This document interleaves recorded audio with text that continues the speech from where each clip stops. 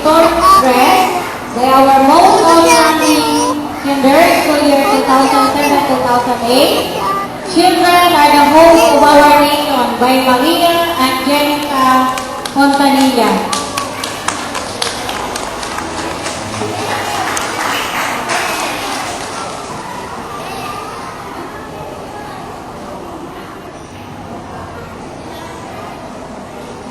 Children are the hope of our nation.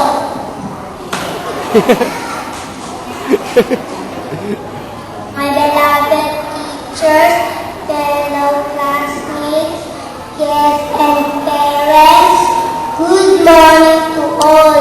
I'm honored to stand in front of you today and express my heartfelt gratitude to all the persons concerned. My teacher, their patience and tolerance that helped me for what I am now. Thank you very much. My parents, with their unending love and support, despite of my stubbornness, I love you both.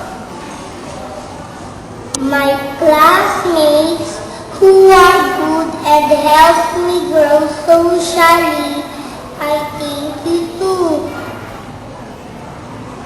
Everyone in my family that protects and cared for me and showed me the proper way, I thank you also.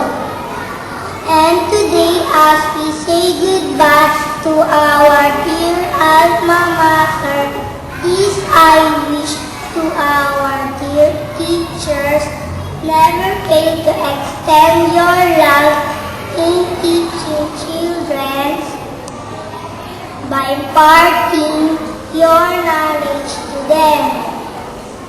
And may you produce more smart and bright kids in the future like me. Thank you. Thank you, Maria Angelica. Ikawisan ako ng gusto.